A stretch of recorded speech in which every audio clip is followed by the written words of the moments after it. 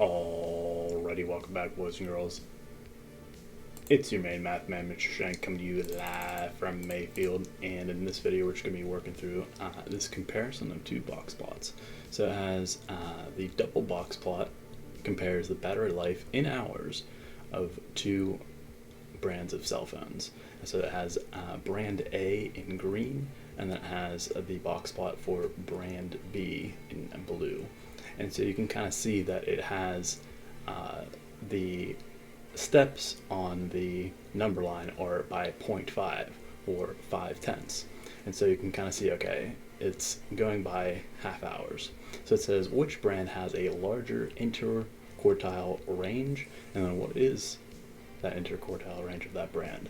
So let's maybe break this apart very simply so that way we can see these items in here. So let's go ahead and label some of these things. So I'm going to start with brand A. I know that my min is that far left amount, so that would be about 2. My quartile 1, which is the median of the lower half, is at 3.5. The median of the entire set, right in the middle of the entire box, is that Q2. The quartile, or the upper quartile, excuse me, or the Q3, is that right side of the box. The max is that upper extreme, that far right. So now for brand B, again, similar idea. We can just kind of put these labels down just like we had for yesterday's warm up as well. So I'm just going to put these labels so that way we have it as a point of reference. Let me actually see if we can slide. And I'll leave more of that. So now, what can we see? So we're looking for the interquartile range. What does that mean again? So it's saying about the, it's saying inter, which means inside, and it's inside those quartiles. So it's talking about these boxes here. So what part of these boxes are larger, essentially? And also, too, you can have that definition for yourself. That interquartile range, that is equal to that Q3 amount minus that Q1. And so very obviously you can see for yourself, hey, that green box, that's definitely bigger.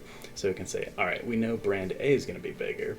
And so we can say now, if we set this up, we can say that the interquartile range for brand A is going to be that 5.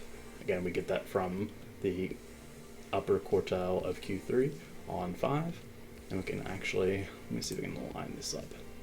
Again, that's pointing to this value. It's saying, okay, right here, it goes down to 5, and we're going down to 3.5. All right, so now, again, you take the difference of those two, and when you subtract carefully, you could say, okay, this is equal to 1.5. So you'd say, you would know for sure that you are good. Again, you can look at that pretty obviously and see, okay, hey, that's our values in there. Which one's larger? It's pretty obvious. Again, make sure that you're studying for Friday's quiz on box plots.